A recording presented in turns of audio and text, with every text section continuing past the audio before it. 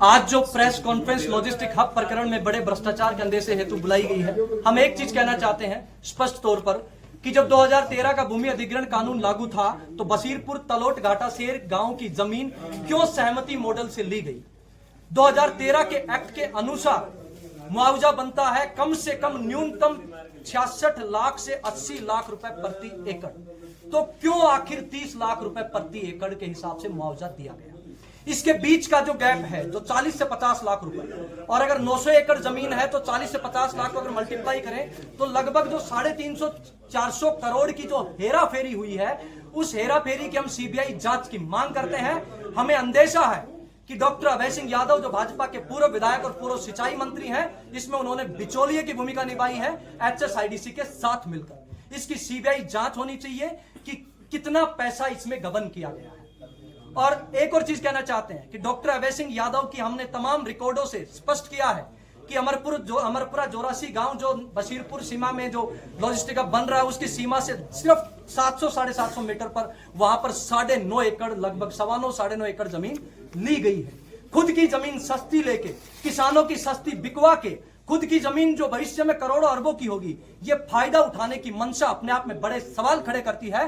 Retired judicial कोई भी माननीय कोई भी सर्वोच्च न्यायालय का, हाई कोर्ट का या रिटायर्ड जस्टिस की निगरानी में इसकी जांच हो, किसने रेट तय कम की इसकी जांच हो, दोषी अधिकारी को बख्शा न जाए, और जो बशीरपुर तलोट घाटासेर के जो किसान है उनका जो अंतर राशि है जो एक्चुअल मिलना चाहिए था वो ब्याज सहित दिया जाए, ये हमारी मांग है। इस बार भी शशि रंजन जी के इंटरव्यू में हाँ सर, डॉक्टर अभय सिंह ने भी ये भी तो कहा गया है कि आप निष्पक्ष जांच कर सकते हैं किसी भी तरह की कोई कमेटी बनाकर, ये भी कहा गया है। हाँ उन्होंने कहा है, लेकिन जांच करेगा कौन, ये तो भाजपा सरकार से हमारा सवाल है कि इस पर जांच करवाइए। केवल बयानबाजी से काम नहीं चलेगा, और इस पर जांच के जो लोग हों, मैंने जो बताया, या तो सीबीआई इंक्वायरी हो या हाई कोर्ट या सुप्रीम कोर्ट के माननीय रिटायर्ड जस्टिस की निगरानी। सर, आपने जो अभय सिंह जी की जमीन का जिक्र किया है, आपको कुछ है पता कब जमीन ली गई, कभी पहले की जमीन हो या फिर कब ली गई हो? नहीं, जमाबंदी जो है, ये जो जमीन है देखिएगा, ये जमाबंदी 2020-21 की है। इससे ये स्पष्ट होता है कि जमीन तो 2020-21 से पहले ली गई है। अब इस पर हमारी रिसर्च टीम अभी काम कर रही है कि एक्चुअल कब ली गई है, जांच का विषय है। हम भी अपनी तरफ से पता करने की कोशिश करेंगे कि इसकी कब ये जो 93 मुश्तिल, 92 मुश्तिल, 97 मुश्तिल में जो एकड़ जमीनें खरीदी गई हैं, 9.25 एकड़ के लगभग, ये कब और कैसे, किस माध्यम से, किसने खरीदी, किसने बेची, ये पूरी हम भी पता करेंगे। एक और जमाबंदी वायरल थी जिसमें जो महेंद्रगढ़ से विधायक है कंवर सिंह, उनका भी नाम वही है। हाँ वही है, इसमें कंवर सिंह, उसमें उनका ये कंवर सिंह नाम के व्यक्ति का दरअसल क्या होता है, 4 साल में चौसला वही है जमाबंदी। अब रिकॉर्ड अपडेट होता है, जमीन दी गई लेकिन 4 साल में जमाबंदी में तो इसमें अपडेट हो जाएगा। मेरा एक छोटा सा सवाल है, हरविंदर जी, ये पूरा मामला राव इंद्रजीत के एक इंटरव्यू के बाद दिए गए बयान लॉजिस्टिक हब घोटाले में उन्होंने एक बयान दिया कि ऐसा हुआ है और समय आने पर खुलासा करेंगे। उसके बाद ये चीजें सामने आई, उससे पहले इस प्रकार की कोई प्रेस कॉन्फ्रेंस नहीं हुई, मैं रोकना चाहूंगा आपको, और ना ही किसानों को इस बारे में पता था। तो इतने लंबे पीरियड के बाद, एक इंटरव्यू के बाद कहीं ना कहीं चीज सामने आती तो लगता है कि कहीं ना कहीं सियासत। नहीं, मैं इसमें एक जवाब देना चाहता हूँ। देखिए पत्रकार साहब, हम सरकार से बहुत सारे डॉक्यूमेंट्स डिपार्टमेंट से निकलवाते हैं, हमारी रिसर्च टीम काम कर रही है, अब चीजों में समय लगता है। ये एक कोइंसिडेंस ही कह सकते हैं। राव इंद्रजीत से हमारा कोई लेना देना नहीं है। राव इंद्रजीत का सवाल, मैं सिर्फ ये कहना चाहता हूं, राव इंद्रजीत सिंह जी जिस दल में राजनीति करते हैं, उस दल का इंजीनियर तेजपाल यादव कट्टर विरोधी है। मैं इसीलिए कह रहा हूं कि इसको सियासी लड़ाई न बनाया जाए। ये सिर्फ एक कॉन्फिडेंस है। फैक्ट्स को खंगालने में, तथ्यों की रिसर्च करने में समय लगता है, और जब उचित समय आया हमने प्रेस कॉन्फ्रेंस की। आपने पहले भी इस लॉजिस्टिक हब को लेकर सवाल उठाए थे।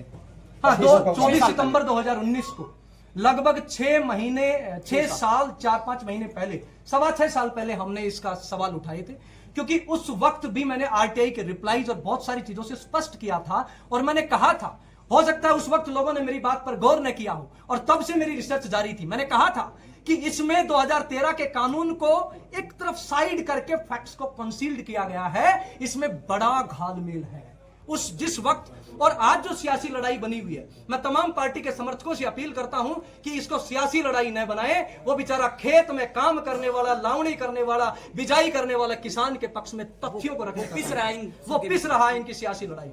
ठीक है। Thank you sir.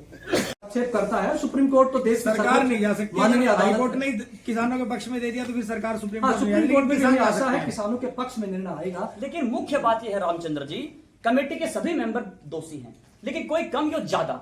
Doctor Abhay Singh पर ये इसलिए सवाल उठ रहा है कि वो नांगल चौधरी के विधायक थे, वो लॉजिस्टिक हब के करता धरता थे कि मैं लेकर आया, वो अग्रेता थे, अग्रेता थे, वो कह अग्रणी रहे थे। मैं कह रहे थे कि मैं दिलवा दूंगा। तो ये जिम्मेदारी उनकी समन्वय तक रहनी चाहिए।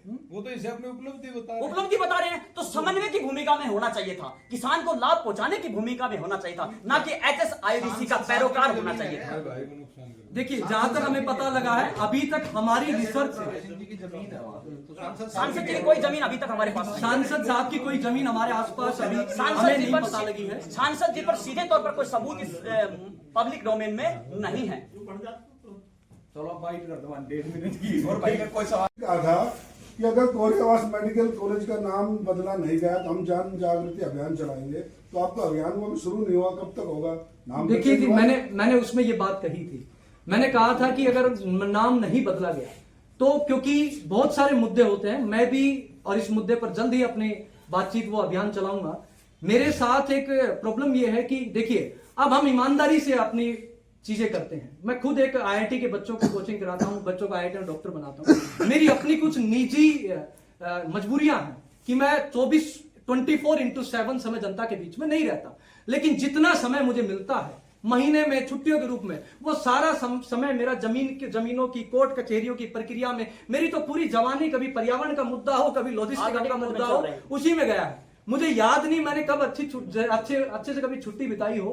तो सारी प्रक्रिया में चल रही है, जल्दी मैं समय निकालकर लोगों को जागरूक करने का काम करूंगा।